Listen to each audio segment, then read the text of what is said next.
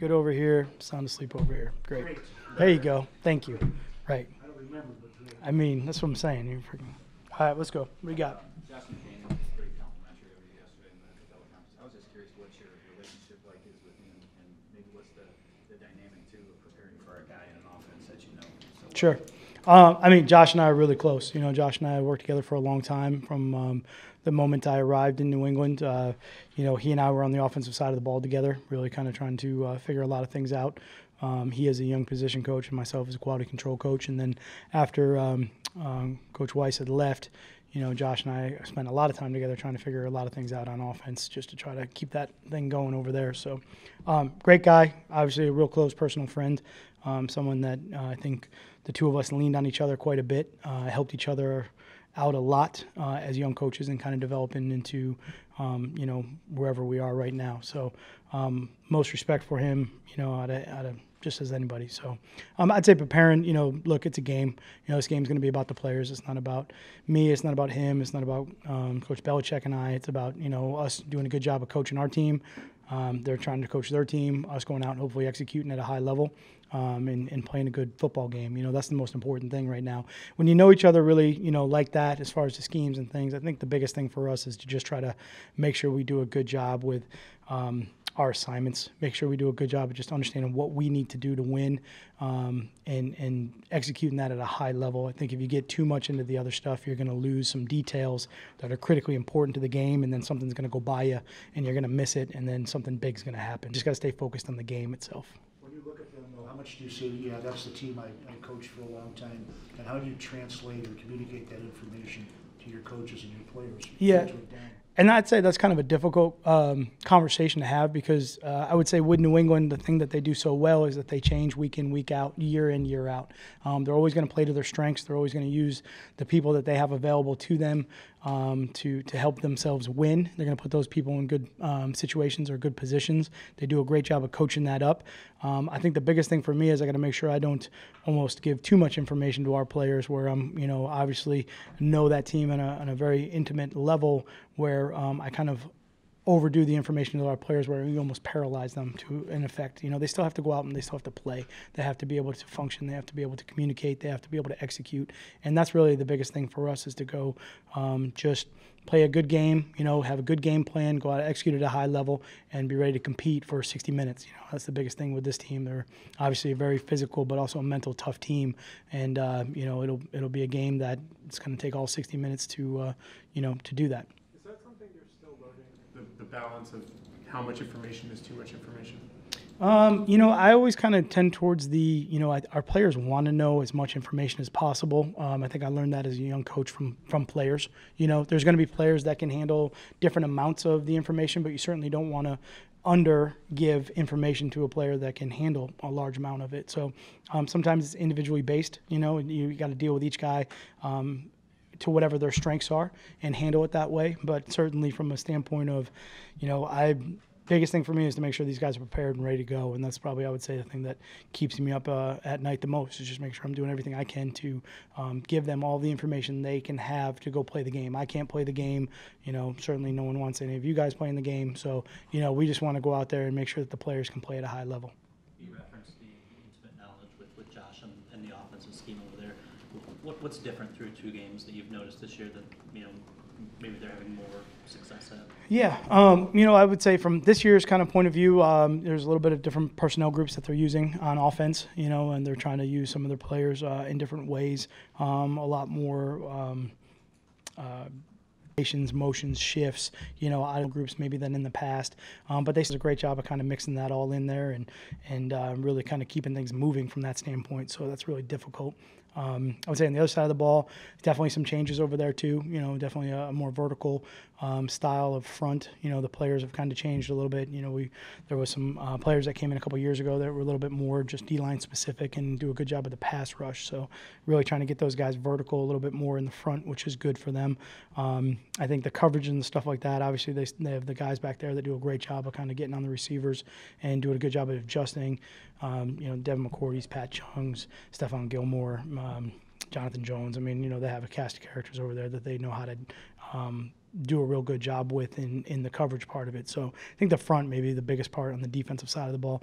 And then on special teams, they do a great job with mixing the different units out there. They'll have different players that they'll put in situationally, out on the field, whether it's a, punt rush unit versus a punt return unit. They do a great job with substitutions.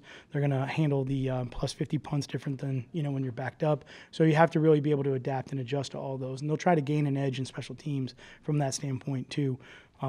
Very fundamentally sound across the board, technique, hand placement, footwork, the fundamentals of just throwing, catching, tackling, all those things. They're doing a really good job of.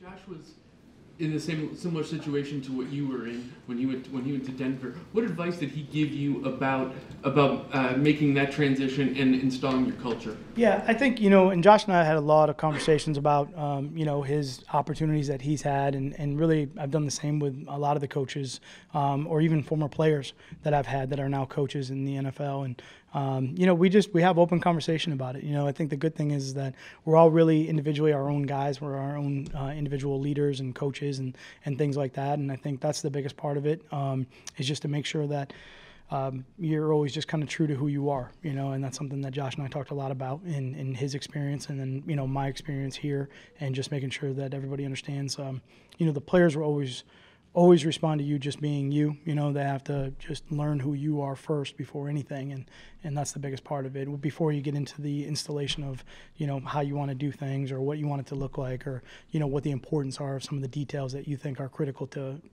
having a successful team.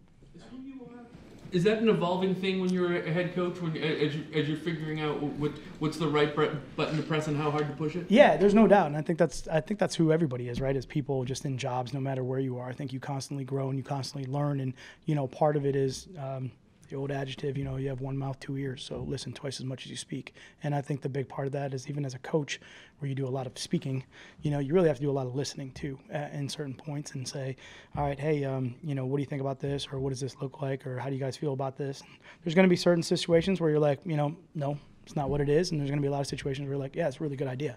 Why don't we try that, or why don't we look at that? And I think you have to do that as a coach. You got to do it as a player. You got to do it in this game just in general, so that you can continue to improve. You learned a lot from the start of the preseason to now?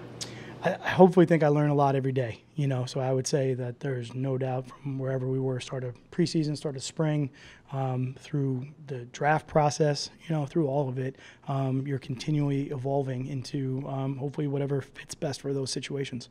I know Coach a brief amount of time, but is there something you already realized that Belichick did really well that maybe you didn't see before you took this position?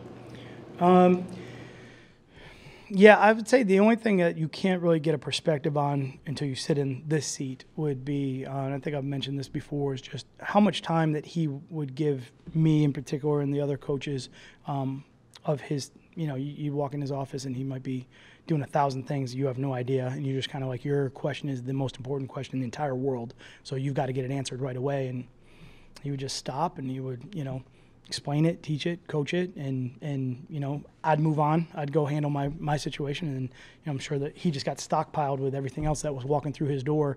I slowed him down a little bit, I'm sure, at that point, which you think you kind of realize, but you really don't realize, just how much is coming at you. You have two rookies on the defensive side of the ball that seem to be making nice, natural early progression. With young players like that don't have any pro experience, is it a little bit easier to instill your teaching, since you don't have to maybe break down what they've learned professionally already? You know what? I think we try to approach them all the same, from that standpoint. I think with young players, when you make the transition from college to the NFL, there's so much from just an awareness that you have to learn. The game's different. There's a lot of different dynamics to the game at this level than maybe at college, and that's the biggest thing you're trying to teach them, along with the technique and all the rest of it. But I think from a technique standpoint, everybody wants to learn, everybody wants to get better. All the players, they want to be coached. That's the best part about it. So that's kind of standard across the board. I think it's just the catching up on the knowledge and the information for those guys. It's probably the biggest challenge coming out of college to the NFL. Two different positions, obviously. But two different positions, obviously. But Hand and Walker, do you like the way that they're coming along? Yeah, I mean, obviously, look, I'm going to be most importantly looking at the entire team right now, than individual players, and we got to do better as a team in all three phases and go out and try to win or get that done. But I would say those guys are definitely trying to do what we want them to do from that facet, and I've seen improvement from those guys week to week, which is really what you're looking for. And I think that's kind of the fundamental bottom line for us is that if you can improve individually week to week and we can improve collectively week to week, that we'll get better, and that's what we need to do. Okay, great. Thanks.